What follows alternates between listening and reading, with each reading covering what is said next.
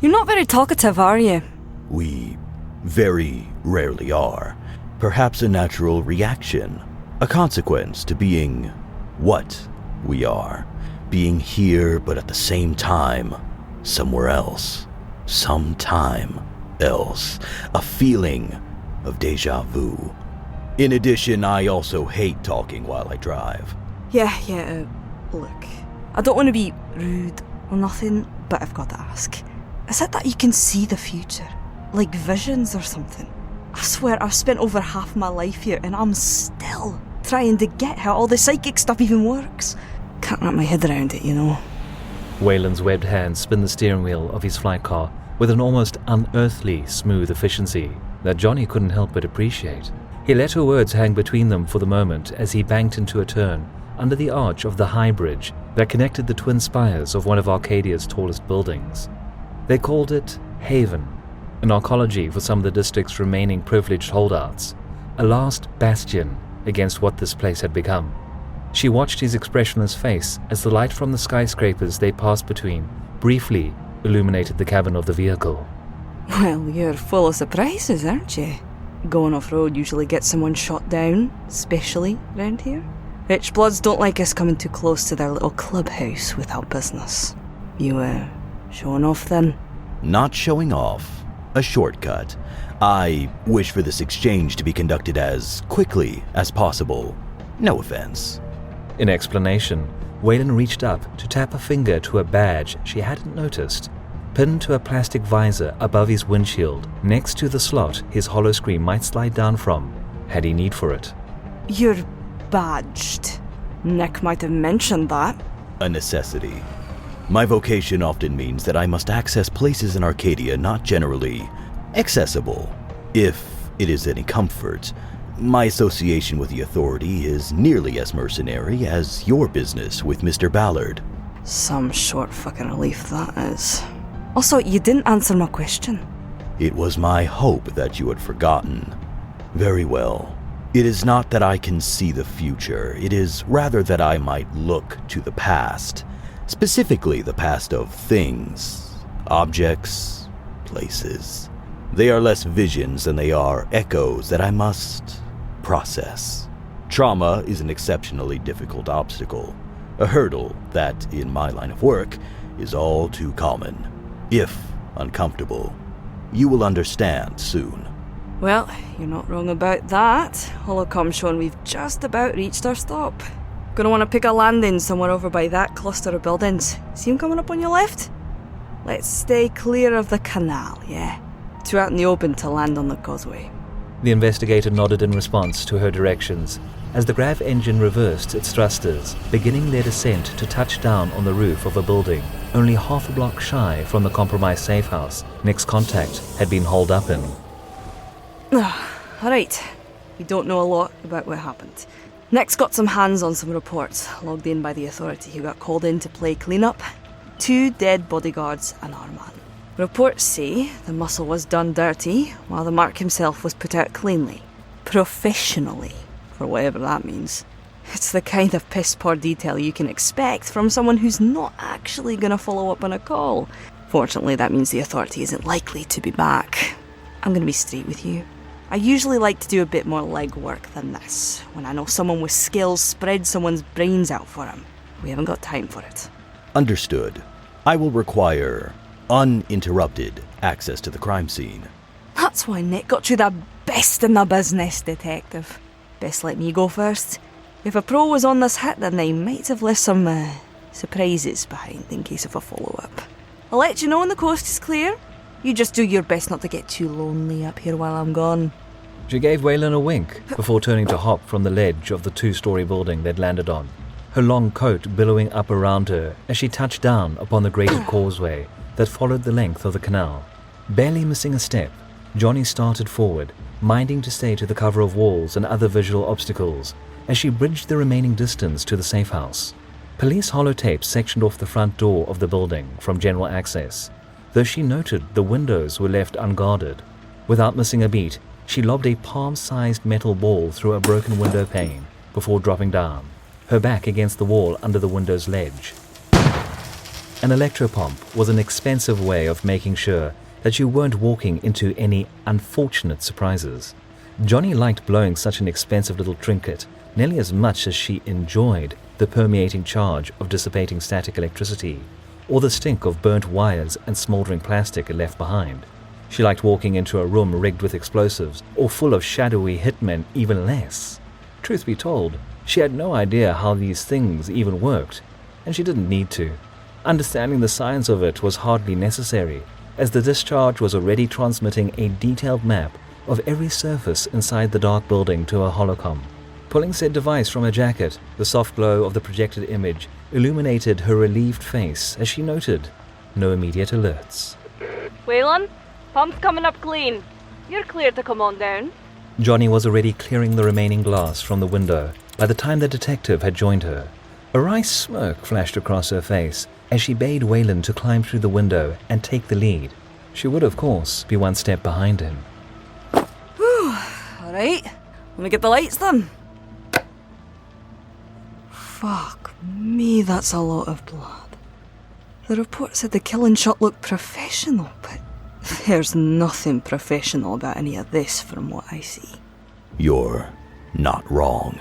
3 bullets in the wall, a wide spread and a low caliber. Whoever killed that one was pulling the trigger in frenzied succession. An unpracticed shooter. I fear that the report left out some important details. Moving over to a large bloodstain on the floor, he knelt down beside it before touching 2 fingers to the sticky, still damp surface. Lids flickered sporadically over large black eyes as the Merc seemed to struggle to focus, as if someone was shining a flashlight at him. Confusion. A father, thinking about his daughter, contemplates leaving this life, knows he won't. He looks up from the magazine he's reading on his holocom. Gunshots and pain. He will not believe that this is how he dies. His eyes close as his mouth fills with blood. He is dead. Wow, that was unnerving, to say the least. I assure you, the experience is also as uncomfortable as you might imagine. I believe that your contact is the one who killed this one. Inexperienced hands flooding the air with panicked shots. I do not need my gifts to surmise that he moved from this kill to the other room, where he would repeat a similar act, this time at a greater cost to himself.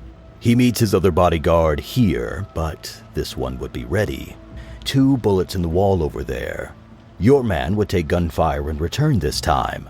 The trail of blood in the other room was his own. Now, the only question that remains is why. Jonny could only follow after the detective as he worked, watching while he pieced together the scene through a mix of old-fashioned investigation and dead memories. Whatever she'd expected from this job and the psychic ability Waylon commanded, it hadn't been any of this. She hadn't expected that he'd feel what these men had experienced. It was utterly macabre, but yet, at the same time, incredibly sad. The trauma that Waylon was subjecting himself to while remaining together was, well, as impressive as it was tragic. Much like the first patch of blood, he settled down beside the smear he'd identified as belonging to their man before slipping once again into the past.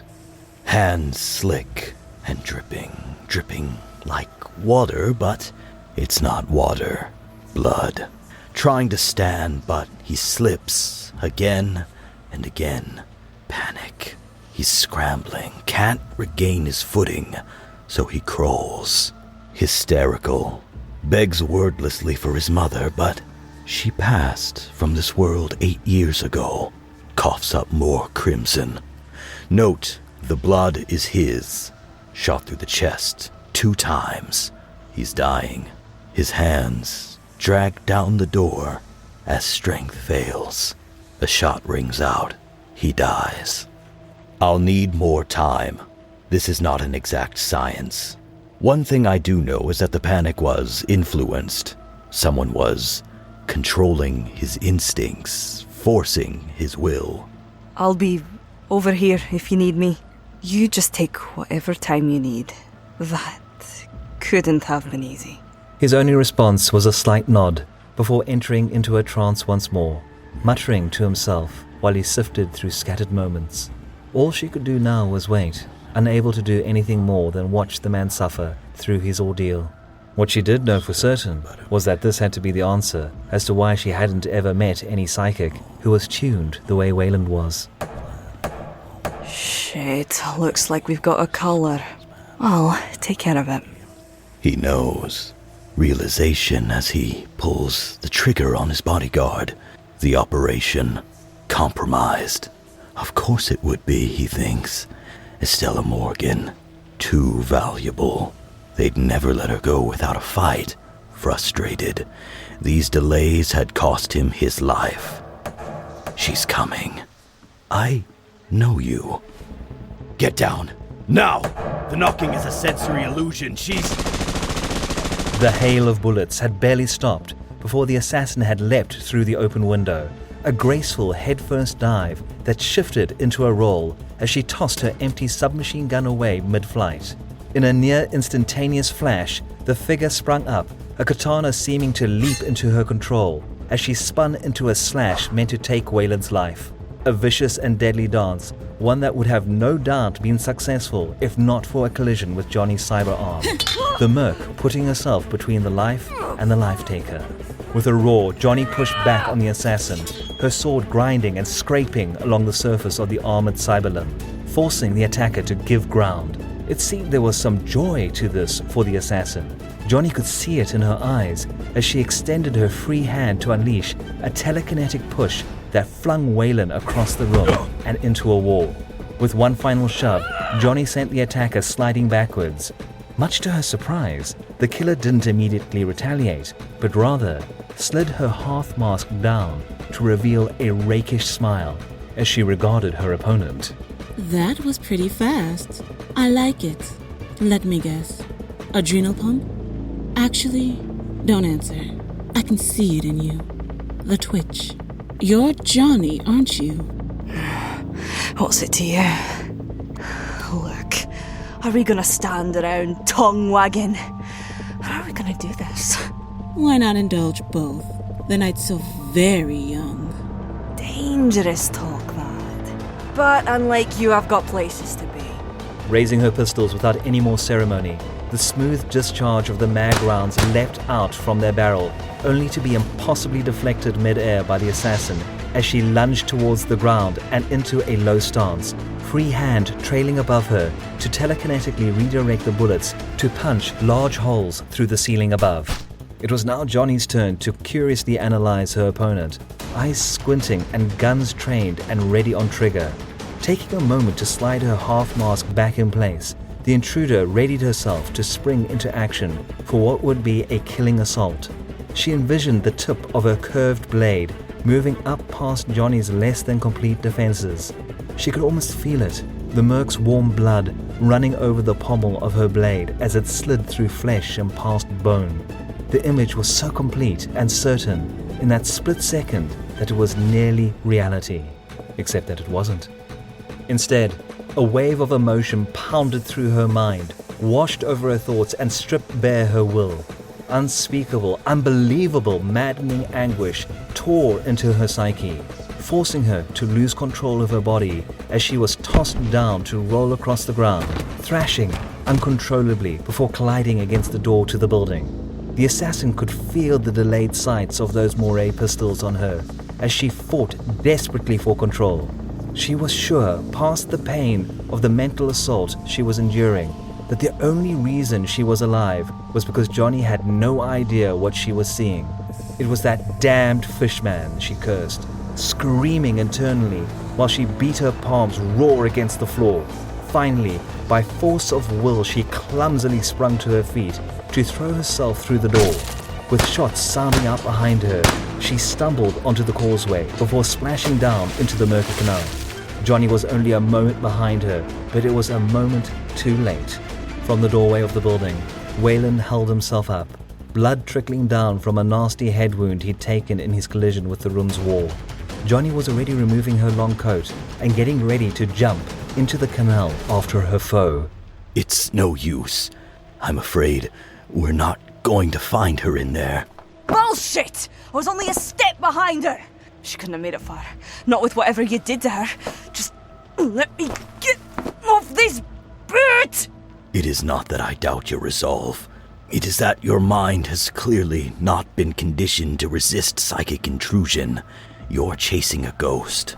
So what then? We just let her go? We finish your job.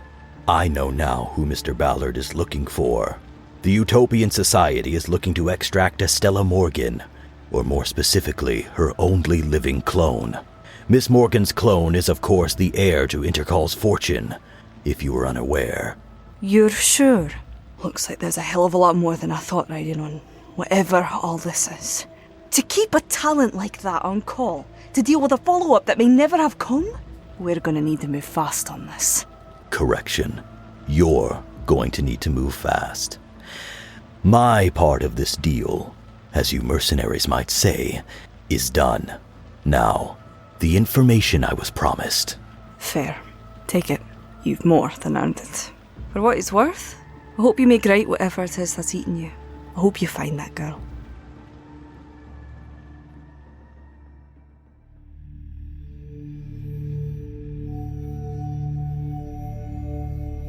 Cybernautica Breakwall is produced by Red Fathom Entertainment. This episode featured the voice talents of Abigail Turner as Jonny, Luke A. as Waylon, Forenza as Derby Bell, Travis Story as Evan, Madeline Darrow as Ella, narration by Dan Boud, and script editing courtesy of Jupiter Sanders. Cybernautica is written, designed, and edited by Damian Szydlo.